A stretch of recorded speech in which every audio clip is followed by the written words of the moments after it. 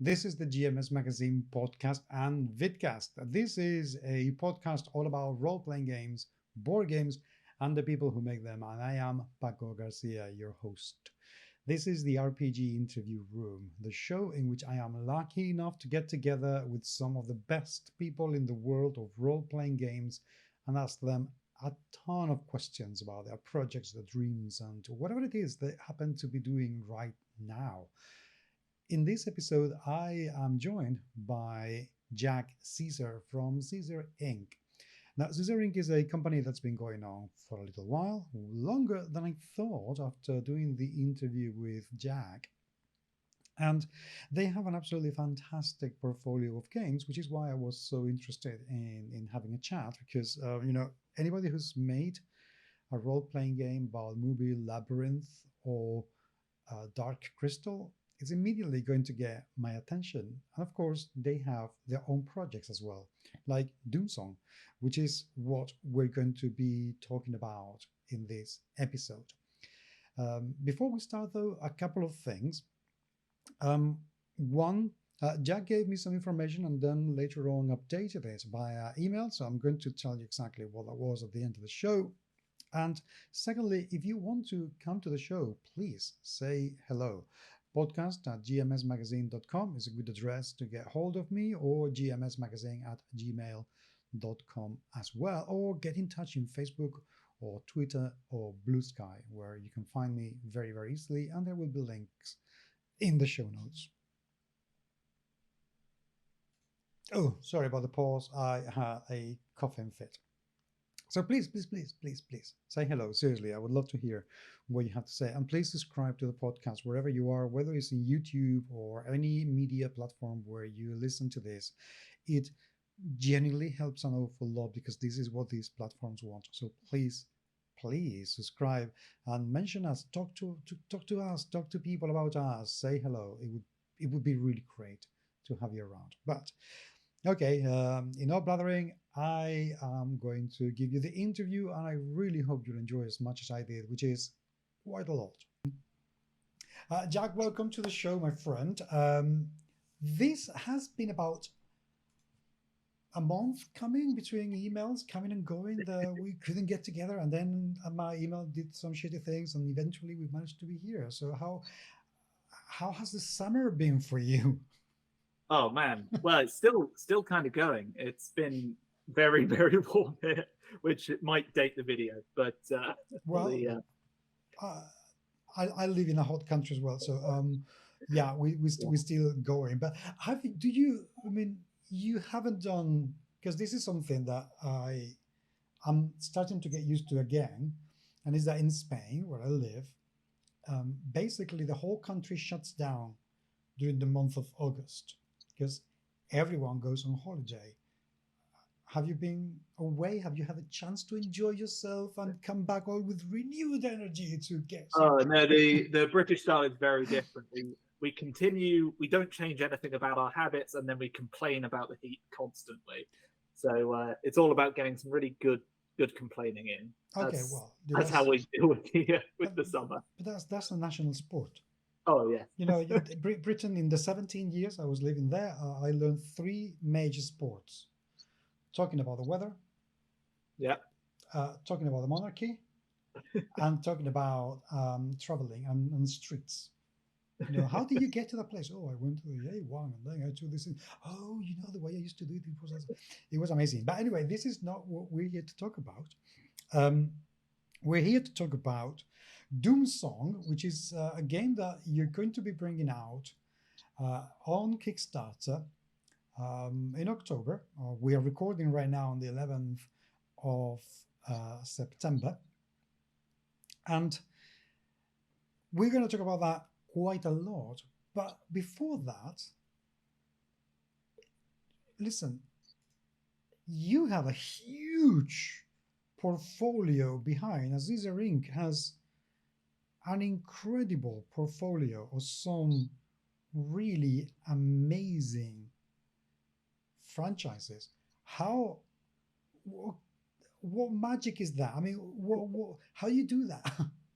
Well, so a lot of our history, a lot of our work throughout the years has been done for River Horse, who we've done a lot of design work, both sort of writing, graphic design, illustration, sort of the creation studio stuff for River Horse. So that's a lot of licensing stuff that we've worked on. We did the My Little Pony role-playing game. Mhm. We've done Hunger Games and Pacific Rim, lots of sort of big box licenses, and working for companies like Mantic and Modifius and stuff as well. So lots of sort of service stuff for other companies, which has been an absolute blast. But this is essentially us going out on our own, trying our own thing, and seeing how it's received.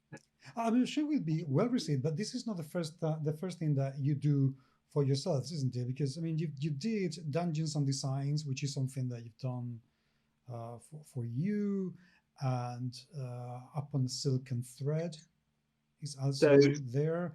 So how did those work out? Yeah, so those projects, a lot of the sort of impetus for those is almost just as a like creative valve of doing lots of other work. And when we're doing sort of a big project of one type, like a board game or something, it's quite nice to sort of let out some sort of writing energy to something sort of a bit more sort of story-based and creative. Well, they're both creative, but story-based. With a role-playing game, which is how we came up with Dungeons and Designs, where we would basically spend a couple of hours each week on Twitch designing a dungeon. I think a lot of the videos are still up on Twitch, around on YouTube and stuff. And then that sort of all culminated in a little Kickstarter to make a load of zines for the zine quest. But then, yeah, other sort of creative projects of our own sort of world has always been it's that part, because it's a weird business where it's both your hobby and your profession. So when you're sort of doing sort of one part professionally, it's quite nice to sort of explore another part in a sort of more hobbyistic way. And how do you keep it attractive and interesting? Because oftentimes we hear this, working your hobby and you will never work a day in your life, and we all know it's complete bullshit. Because if you work in your hobby, you're going to work like 3 times longer and harder than if you work for somebody you don't give a monkeys about. How do you keep passionate about what you do when you're doing it both for yourselves and for other people? Honestly, it's variation. So we've done lots of work on like a big war game that is honestly never going to see the light of day, almost certainly, because it's not really like viable commercially. But we sort of made that whilst we were doing roleplay stuff at River Horse, and we made sort of some roleplay stuff when we were working on board game stuff or war game stuff. So for me, it's definitely like variety, and you know, the old saying, sort of a holiday is as good as a a change is as good as a holiday. So yeah, finding like, because you do end up in a bit of a rut, so you do end up like, especially when you're like deep in the minds of trying to work out exactly like when you're in the balancing stage, because there's sort of the few stages of game design, especially for board games and stuff like that, where you sort of create the ideas, you develop the actual sort of product and go, okay, this is the game. And at a certain point you go, this is the game. And that's probably about like 30% at max of the work. And then you've got this huge tail of, okay, let's take all of those ideas we had that work, but cut them down and make it, sort of refine it. And so that process can definitely get like long, especially if you're sort of, you know, if you've ever got bored of a game, if you're playing the same game for 6 months, then that can definitely make you want to go, actually, you know what, I'm going to do this thing. Yeah. Do this. So often our sort of private projects are like wildly different theme, or a sort of different vibe to whatever we're doing for companies around. That is a very sound question. That's a sound answer, really. I really like the idea of variety being the remedy against some sort of monotony, I suppose, of creativity. How long has Zizzer Inc. been going? Because you've been going for a little while now. Yeah, so it's a bit of a difficult question, really, because it started technically, I think, about 10, 12 years ago, but that was essentially the handle that my brother Chris used to do graphic design and illustration work freelance. So essentially, he was keeping up with that, and in and out of that, we've kind of used it as a name for whatever project we're working on, and if we want to tie it to something, we'll tie it to Zizzer Inc. As a sort of real company that's doing stuff, it has existed for about the last 6 months. So, as in sort of actually like trying to be commercially viable rather than sort of an outlet for our own sort of stuff. And then beyond that, sort of the actual service work has probably been a few years now. Yeah. But sort of the official birth, I'd say, is, depending on how you count it, either around 12 years ago or 6 months ago. Okay, that's fine. Let's just say Got a that small error bar. you're a young company with 12 years experience. I think that sounds very fair. Now you have a few very heavyweight IPs on your portfolio. You know, the Mockingbird, Pacific Rim, Terminator, The Dark Crystal, Labyrinth. Those are not small names, and usually that kind of big name come with an awful lot of expectations. How has it been for you and of course your brother to work on these titles? Has it been as rewarding? Has it been easy? Has it been difficult? What has it been like? Well, they are all different, definitely. With some, like, there's sort of the several sort of segments of that. There's the sort of customer, and the last sort of how it feels to you, and as someone creating a thing, being a part of that sort of license and that world and that IP and all of that fun stuff, and how that sort of connects to the product at the end.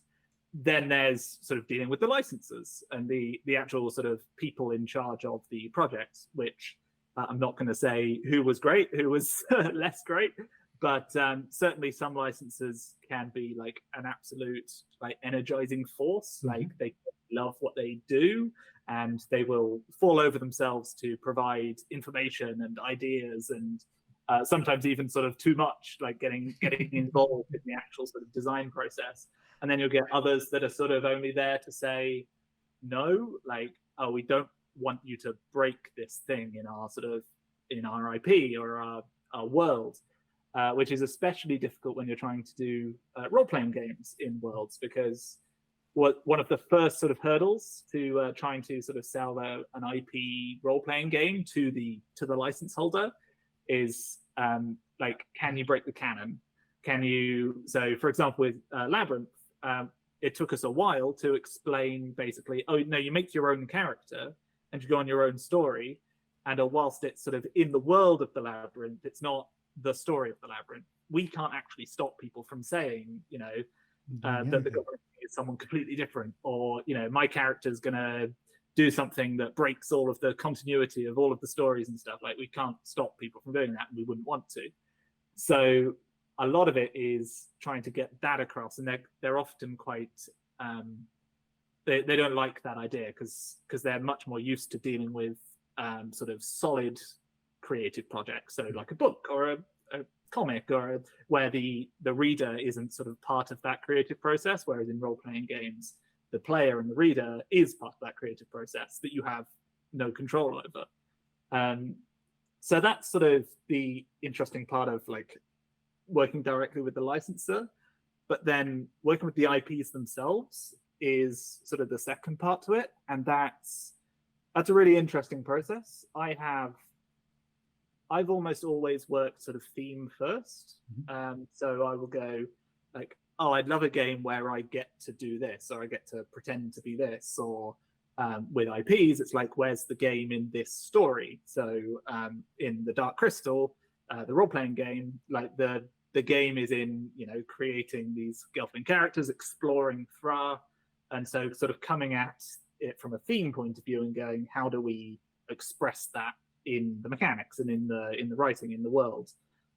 So that sort of way of designing fits really sort of nicely with the license, with the IP sort of way of creation, because essentially you want to be evoking an IP. People, like, when they see a game that's based off of something, what they want is to feel something from that world. They want to feel that world. Whereas Star Wars chess, for example, it's like nobody's feeling Star Warsy when they're playing Star Wars chess.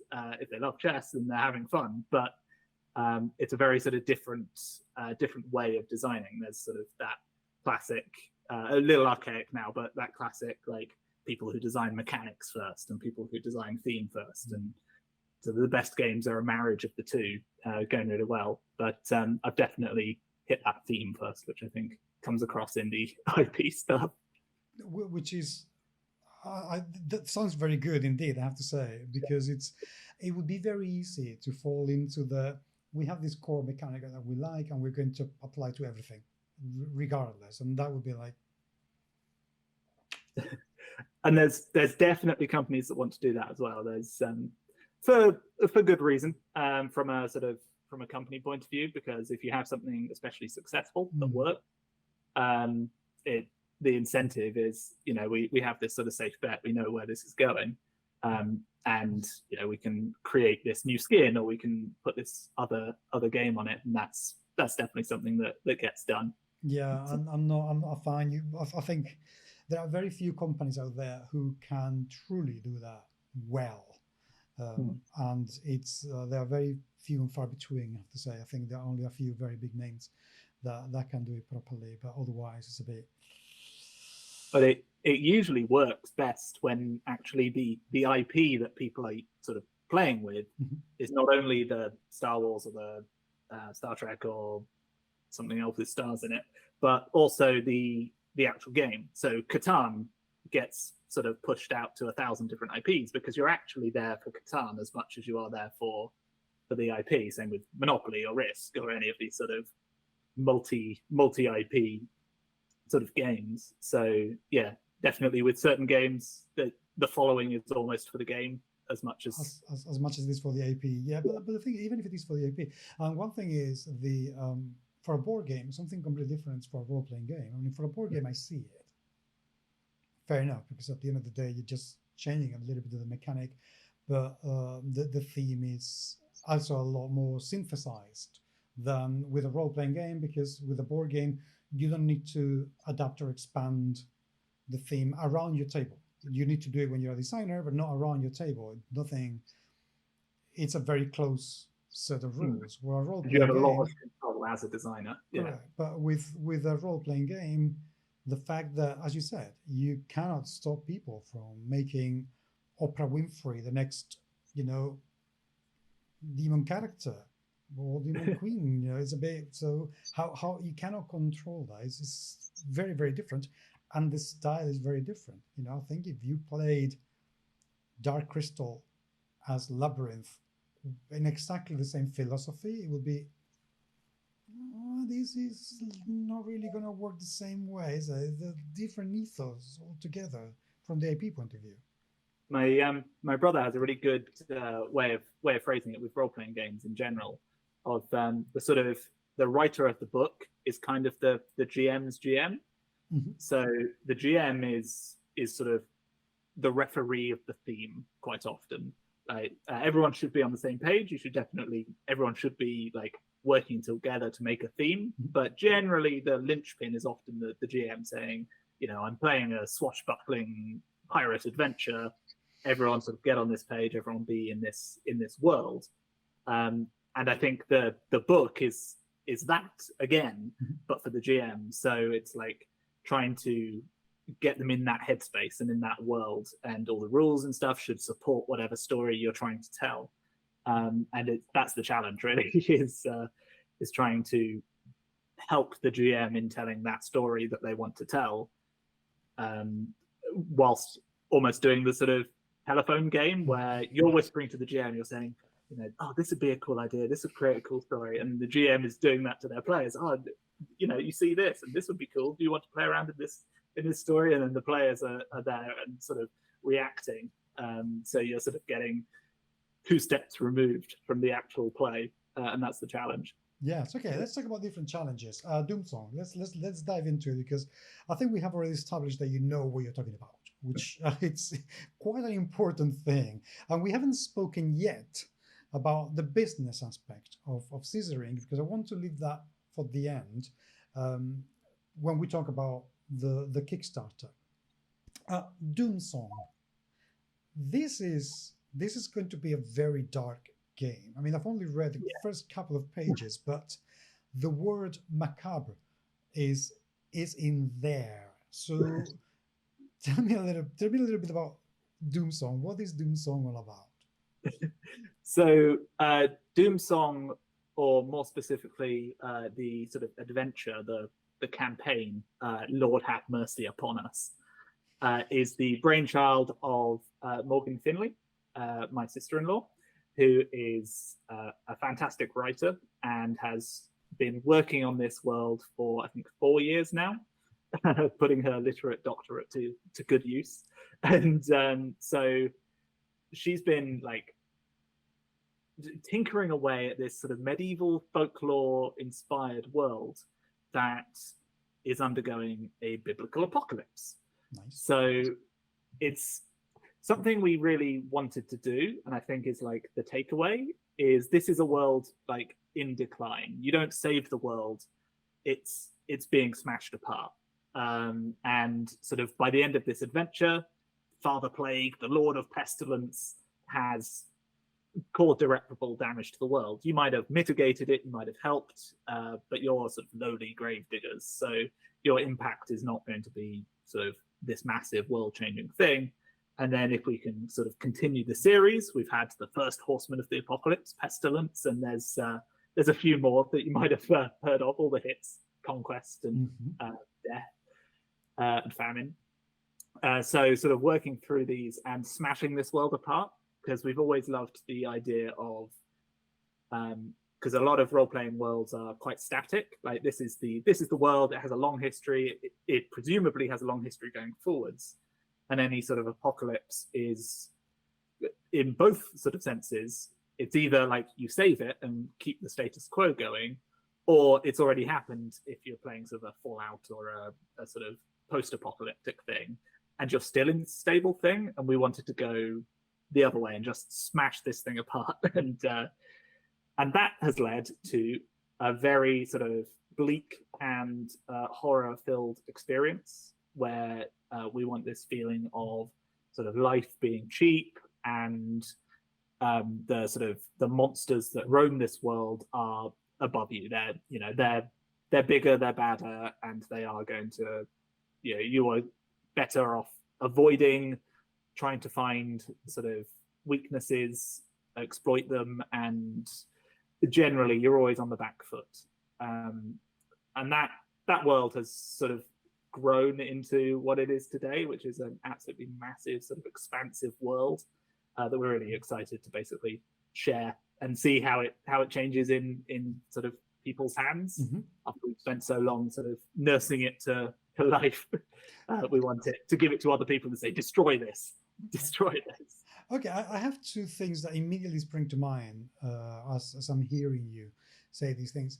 Firstly, that I love the idea of a world that changes, because I am so bored with absolutely static worlds. As you said, they give you a huge amount of lore and history from the past, but they don't tell you how your adventures are going to change the world. They don't tell you how the world is going to be like when you finish this campaign. 5 months have gone by in the world. This is what the world is like 5 months after you start. Not very many games do that. Well, so it's actually something that we sort of had a little bit of an idea of for the Dark Crystal game. So when we were writing that, essentially one of the key things is the darkening. So the Dark Crystal is a really weird license in that the sort of TV series is this like there's loads of gelfling around and they're fighting resistance against the Skeksis, and then in the movie there's the Skeksis and no gelflings. So you have this sort of 100-year gap where something terrible happened there that's not really talked about, and so having this story be basically that or part of that story that can sort of be told by the players was really exciting. It was really sort of received well, and that we've also we've always liked sort of adventure focused games.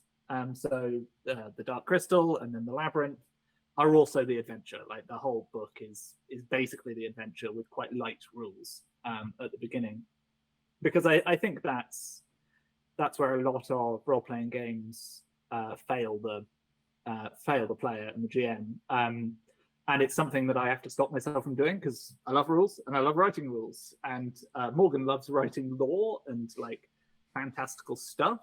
And we have to go, actually, what's this? This has to be for something. This has to be for enjoyment at the table. And that's usable tools. And that's an adventure you can actually play and sort of finish and sort of believably finish. So yeah, having that sort of adventure focused design has always been something that we've tried to keep in mind and hopefully perfecting in Doomsong. It sounds, I have to say, it does sound very good. I like that idea. I like the idea that the world is going to change as we play along. But then that takes me to my second question, and is, considering that the world is, well, basically doomed, what is the point of the characters as characters within the world itself? I mean, I know as a player that I stand no chance. Why should I want to play in a hopeless world? So I think Doomed is different from Hopeless. So the conceit of the game is that you play as gravediggers.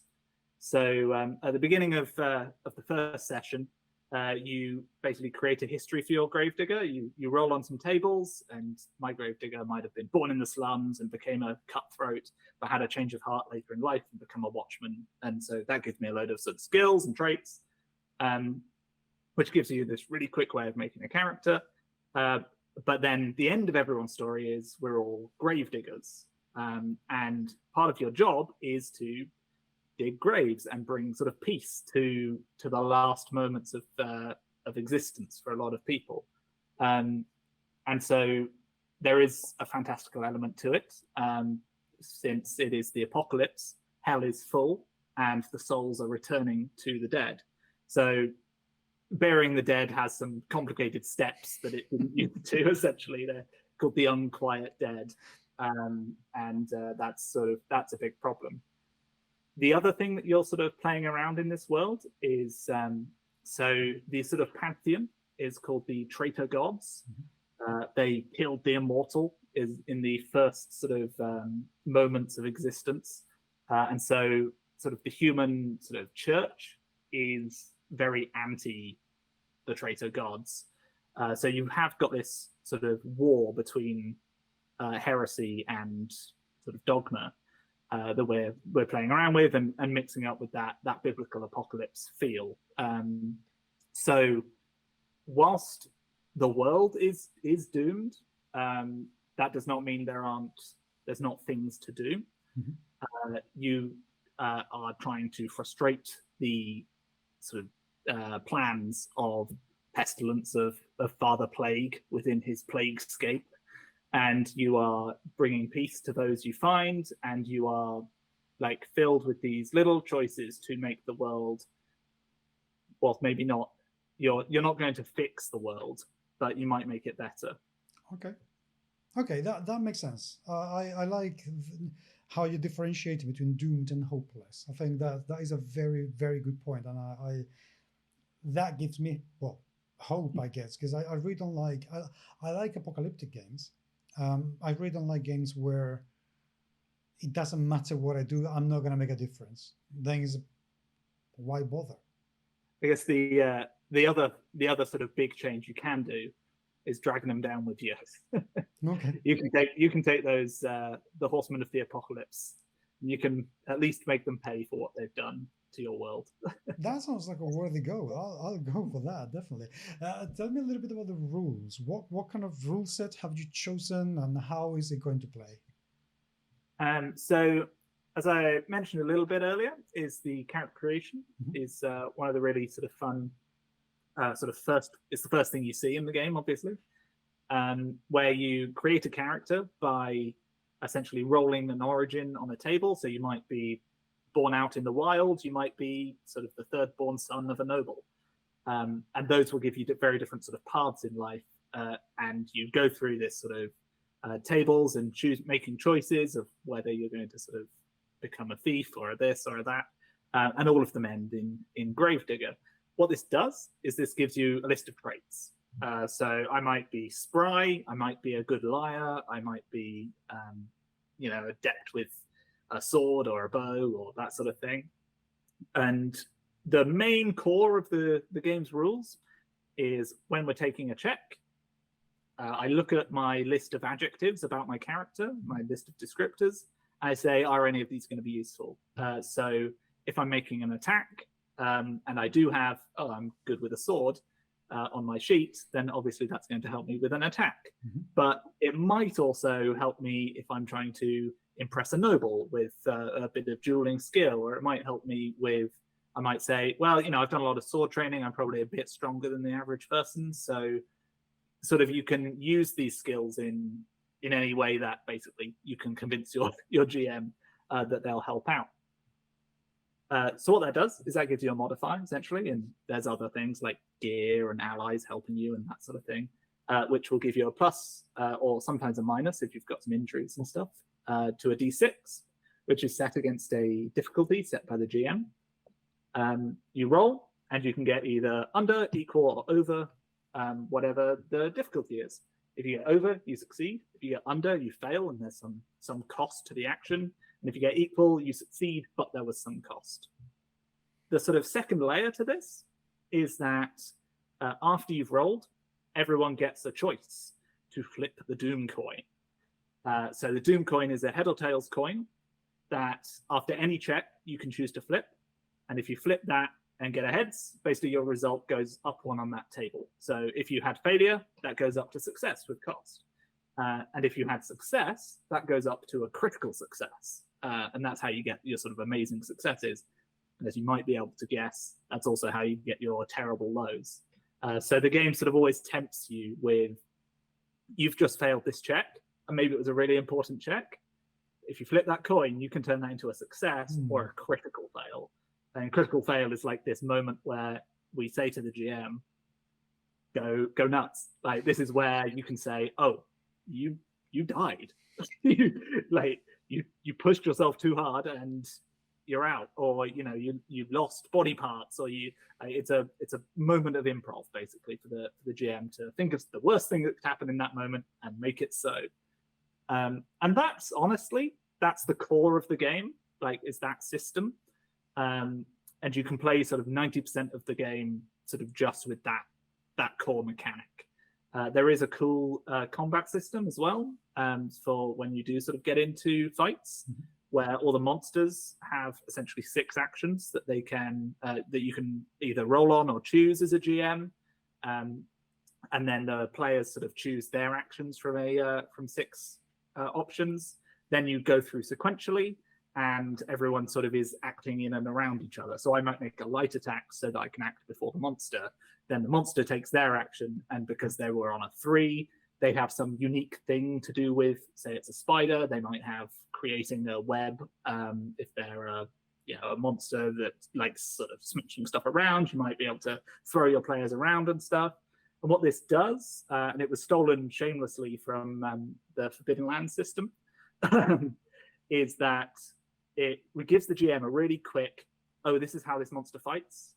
You roll on a d6 table, and it's like, oh, the creepy ghost walks through one of the players, and they might have to resist death or something. And it gives you this flavorful way of running each monster without having to read loads about it beforehand as a GM.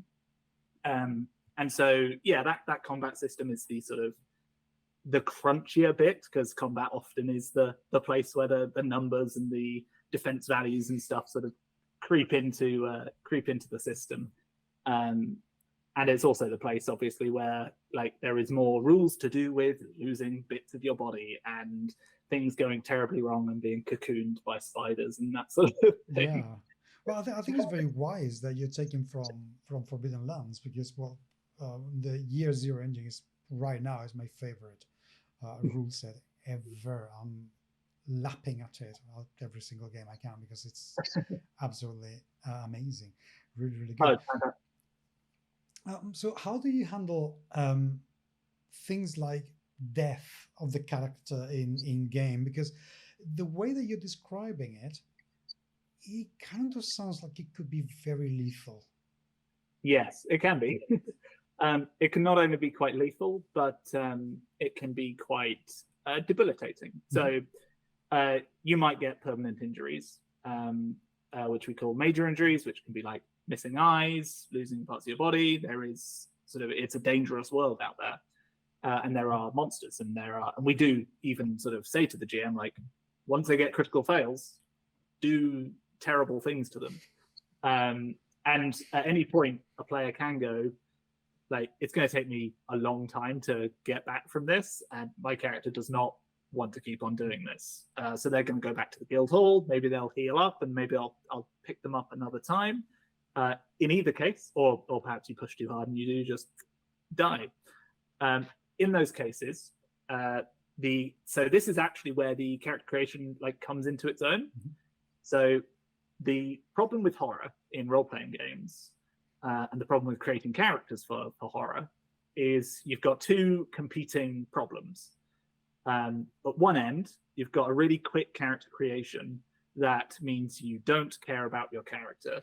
I've written down, I've given him 4 strength and 10 dexterity and this, that, and the other. I've got a character. I've made it in 5 minutes. Excellent. Oh, he died. Whatever.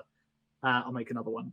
And at the other end, you've got character creation that takes a long time, and that's the process. You put a lot of heart and soul and this, that, and the other, but you've just spent an hour making a character, and now the GM's like, I feel bad if I hurt this thing you've just spent ages on thinking about. And so having this almost choose your own adventure like path system inspired by Traveller allows you to make a character, like, once you know what you're doing, it's 10 minutes max to create a character who has a history and a backstory and a goal and sort of a starting point for you to build out and sort of work from, which means that you have a connection to your character, but you died. 10 minutes later, you've made a new character, and along with that character, there's a reason they're in the party. So, for example, let's say you're creating a new character, and you rolled a 1. On your new character, you're the last survivor of some local danger, as decided by the GM. They ripped your last party limb from limb, leaving you alone. The party comes across you as you're finishing the last of their graves. You gain the vengeful trait. So you write down vengeful on your character, and we can all guess what you're vengeful against. And suddenly you're back in, and this is sort of where the conceit of you all being gravediggers and all part of the same organization, you all have the same goal, the same overarching goal. So when you do meet this stranger who's part of your organization, that sort of, why am I going to go with you? Why am I going to do your adventure is sort of glossed over, and you can get back into the fun bit, which is the interacting and the exploring the world and sort of all of that stuff. So yes, to answer your question, very lethal. Okay, that's okay. What kind of safety measures are going to be included in the game to handle that? Because I know that some people do have it very difficult. I've had it very difficult when I've had a long campaign and a character not just dies, because death at the end of the day, well, it's death, and we all know. But when a character suffers something really bad that leaves the character not necessarily dead, but drastically affected and very difficult to use, and that can be quite frustrating and infuriating and really annoying as hell. How does the game is going to handle that from the safety point of view? So the way and a lot of what I've been running when playtesting, the main sort of safety tools I use is essentially going over disclaimers at the beginning of the game, and anyone can obviously say, actually, let's not have any of X, Y, or Z in the game, which is especially sort of useful when playing with strangers, which obviously as demoing, you have to do a lot of playing with people and sort of you want it to be good for them, obviously, but you also want to set those boundaries for, like, this is what I consider okay. So yeah, there's definitely, in this kind of adventure, I think you have to be very clear. The adventure itself does have a lot of disturbing themes. It is horror. I think we generally go down the existential and the sort of, it is a cruel and unforgiving world, rather than Saw and sort of going into really describing torture in detail and that sort of thing. But everyone has different things that they find unsettling, and when you're writing horror, your goal is often to make people unsettled, and to enjoy being unsettled, and that sort of thrill of danger, and sort of knowing that your character can undergo these terrible things. Because I think that you get the most sort of the best heroic stories when there's that threat. Sort of holding the line is so much more evocative when actually it does mean you might lose this character forever. So on a personal level, lots of disclaimers, and essentially getting from the beginning saying, this is horror. And I find what's really useful as well is, and we do include this in the book, sort of a lot of our inspirations. So when sort of setting up a game, we say, you should watch The Vivitch. It's an excellent movie that has inspired a lot of stuff in this game. And I think that sort of thing as well really helps with, we've taken inspiration from this. You can expect things like this in the game. And for a lot of people, that's advertisement. That's, oh my God, I love that. That's such a good movie. And I love the ideas and the horror and this. And then for a lot of other people, it is actually no. I'm not going to jive with this game. I think that's the real thing that everyone needs to sort of do, not only from a safety tools perspective, but from a just running good games perspective, is everyone needs to be on the same page. And I think that's actually the source of a lot of I wouldn't say bad games, but bad games. Why not? Let's call it by their name. So essentially setting expectations, and I think we're fairly clear in this book what our vibe is, and so we try and make that as clear to the GM, and then it is ultimately the GM's job to make that as clear as possible as a group. Okay, let's talk a little bit about the kind of characters that you can create. Being a kind of a medieval sort of world, oftentimes we see games where the authors insist on imposing a certain level of bigotry that was real in our world, but doesn't necessarily have to be there in the fantasy world. How have you handled that in Doomsong? So I personally don't find stories of sort of racial and transphobic and sort of historical, like all these things did exist. Those things sort of particularly interesting stories. So we've taken we don't say much outright, but through the characters that we have in the game, like there are different races, and there are male witches, and there are female priests, and so we haven't, it's not the real world. It's not our world historically. So we sort of try and say, actually, this is a world that's got enough problems. So the way I sort of say it is just, this isn't a world that's invented homophobia or transphobia, which is one of the few good things about it. So that's sort of where we come from, basically, is like we don't think those stories are particularly good or fun to explore, honestly. And as you said, you already have enough problems. Are you really going to care if the neighbor is going to fall asleep with somebody else? I mean, when that monster up there, the Heall, could destroy the whole village in a matter of seconds, why would that even be a consideration? Exactly. And I think probably the sort of touchiest thing that we do play around with a lot is the idea of religious persecution, which there is sort of a lot of in this world. It is obviously fantastical religions based around, actual gods that give power to witches and to cultists. And I think that personally, I find that a sort of a more interesting thing to talk about and explore, especially in the medieval setting. So I would say that, if that's something that you don't want to interact with, that is definitely a theme in the story. And I think religious conflict is okay, because at the end of the day, even in the real world, religion is a choice. It's not something that you cannot escape from. You just do it because you want to, because you just chosen to believe. So I don't find that to be anywhere near as problematic as the persecution of people for being who they are. It's a different thing altogether. So that's I don't think that should be a consideration, really.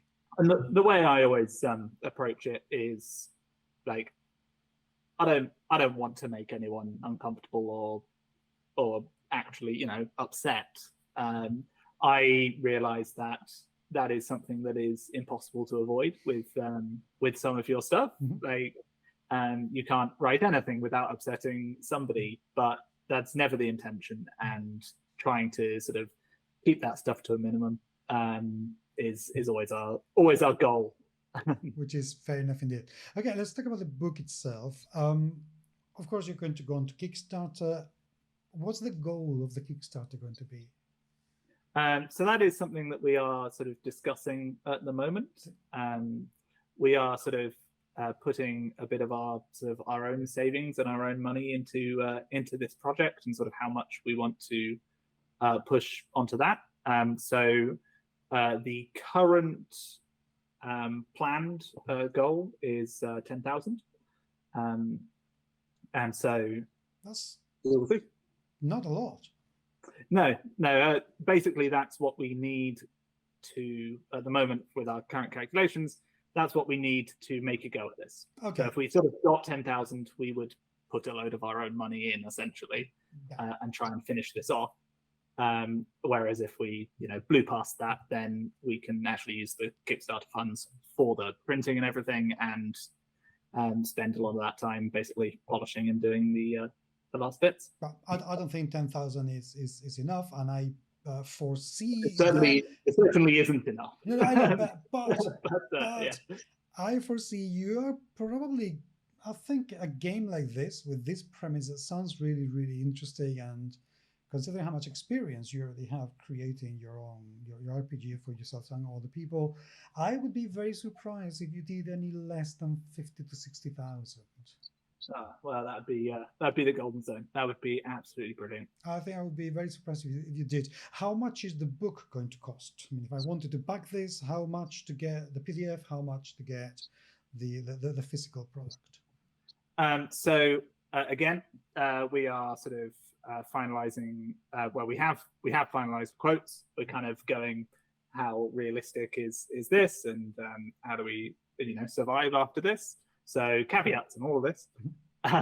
But currently we are planning for literally everything as PDF to be about £30 for 2 300-page books and all of the sort of ancillary maps and character sheets and all of that stuff. And then in the hardback for 2 hardback books with a metal Doom coin, being £95 is the current plan. But as I say, caveats and all that. There is also going to be, and I can't sort of talk on the cost of this because we have a couple more items that are being sort of finalized on quotes. But there's a deluxe sort of pledge as well that contains a massive cloth map of the world, a Father Plague miniature, a set of tarot cards, and a diary. So all of that sort of stuff as an extra, like, on top sort of level. You know, I hear you say all those things, and what I am truly hearing is, Paco, save money, you're going to need it. Paco, save money, you're going to need it for this. So I'm going to have to start saving money for this, aren't I?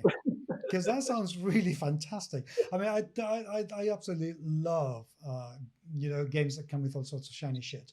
Because I'm like a crow. I used to be a crow in a previous life, and I love those sort of things. So I think the thing I'm most excited about from the sort of extra stuff is the diary. Mm-hmm. So it's a diary art set in the world of Painyme, of the Plaguescape, and it has all the like cultural festivals and like stuff you might, like, if you worship a god, then this is the day that's sort of holy to them, and this is when their witches are more powerful, and this is like, so it's a diary that actually like affects the game for the GM. Okay. You see, now, damn it, that is the sort of thing that I reckon people should be rewarding, because that sounds like a great tool for world building that is already finished. It's not something, I mean, I like world building. It's one of my things. I love it. But there's one thing between being told, there is more beyond those mountains. Go and find it and make your own thing. But when you give, this is something already built, that you don't need it in your world, but if you use it, it's going to help you develop the world. And it's already there. It's the tool done, all full of flavor. That we should see a great deal more of. I really love that. So that you see that now I'm excited. Now I'm really excited about this. That sounds really, really brilliant. So the campaign is starting in October, so in about 3-4 weeks time. Yeah, 17th of October. Okay, good, because by then I will have returned from Spiel, so I can be like a hawk, taking a look at what you're going to be doing. When, because I'm going to assume that this is going to succeed massively. I mean, it's impossible that this is not going to succeed. When do you expect the books to be ready? So our current sort of tentative, everything sort of hits post and hits people, is a full year, so October next year. Okay. So it's mostly like it's all written. It just needs the dotting the I's, crossing the T's, implementing some of the latest sort of playtest stuff. So essentially, that has loads of buffer time in it. We have done Kickstarters before for different companies and with different companies, and honestly, buffer time is the thing that you need to just include, because people will wait for the date that you say. What they won't do is say, you said July and it's now August already. Yeah, it's August, which is absolutely like correct. People like do what you say or better is sort of the mantra. Yeah, that certainly is the ideal. And how are you going to handle postage? Because I worry always. I used to back a huge amount of projects on Kickstarter, and now I'm very cagey, because unless things are really handled very well, I tend to get hit with a shit ton of tax when things arrive in my country. How are you going to handle that? So current plan is using a pledge manager afterwards for the postage, mm-hmm. which allows us to essentially, at time of postage, get like much more accurate accurate predictions. So again, we've worked on projects before where unfortunately sort of the postage has pretty much broken the project. It is definitely a sort of a risk. So for us, using a pledge manager afterwards to basically ensure that everything is correct. Okay, fair enough. That sounds sensible. I hasten to add, considering that, yeah. I know that's usually not the answer you want to hear. No, but the thing is that, pardon me, is a sensible answer. I think there are two considerations that people don't take into account often enough when, not just as a creator, but as a backer, when we back a project, and is that there are two things that can go incredibly wrong. One is the transportation from wherever it is you print your material to your warehouse, and then the transportation from that warehouse to the rest of the backers. Those two transits are probably 70% of the risk in any project. It's huge. So what I can say is we are talking to European distributors. Mm-hmm. So because essentially one of the big hits, of course, at the moment is taxes sort of from the UK to the EU and all of that. So we do have contacts, and we do have from sort of other stuff to take a look at. We've done this kind of thing quite a lot before, so we're sort of quietly confident that we'll be able to sort out that portion of it. Good, because as you say, right now it's pretty brutal. I mean, I have been hit with tax bills from games that have been sent to me for review as a gift.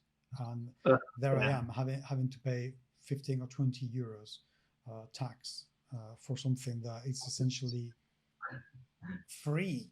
So that really sucks. Well, we get all of the all of the art for the book is done by an absolutely amazing artist, Moritz Krebs, who's over in Germany, and he will send all the physical copies of the inked art across. So we get them in digital, and then he sends the inked copies across. And he insists, quite rightly so, but he insists on writing the actual sort of worth of what we paid for the art. Ouch. Yeah, so we basically get hit with that every time. It's like, no, you are right. That is honest. That is correct. Yeah, but unnecessary. I mean, probably by the sound of it, it might be cheaper for you to get a plane, have a cup of coffee, collect the paintings, and then head back. So actually, one of the current plans is to he's holding on to them at the moment.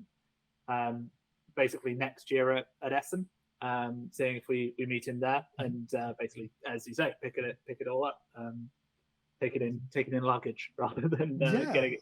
It's a lot better. Are you going to Essen this year, or are you going to wait for next year? Not this year. If we get 60k, definitely. You're going to get 60k. I barely ever get it wrong. You will be getting 60k. I mean, people are going to listen to this and think, we cannot let Paco down. You know, we need to back this now. And honestly, if we get even one penny less, I'm blaming you entirely. You see, this is the equivalent of deliver it in July, not on the 1st of August. Kind of thing, you know. Now you can make 59,999. Yeah, doesn't matter. I'm coming to your house. Yeah, okay. I asked for it. I deserve this. So that's fine. Okay, Jack. Thank you. Thank you very much. I really think that you have something quite special in your hands. I think Doomsong is going to do. Seriously, I think it's going to do amazingly well, deservedly so. And I'm looking forward to having you back at some point and talk about how exciting it is to get this thing into people's hands. Yeah, of course. Looking forward to it. Good. Doomsong really gets my attention. This should be very good. But before I go on and say my farewells, just to let you know, this is the email that Jack sent me. During the interview, he said that the books would cost about £100, whereas that is going to be the sale price after the campaign finishes. The Kickstarter price for the 2 books will be £80, and that the Doom coin is going to be added as a gift. So it's going to be cheaper if you back the project. So, well, please back the project. That would be really amazing. If you have any more questions about the game, or we have left anything behind, please do ask the questions in the comments of the video, because we will look at them. Trust me, we will look at them and answer as quickly as we possibly can. But until the next time, thank you so much for being with us today. It is truly and genuinely appreciated. It means the world to everybody behind this podcast. And hopefully, I will talk to you very soon. Take care.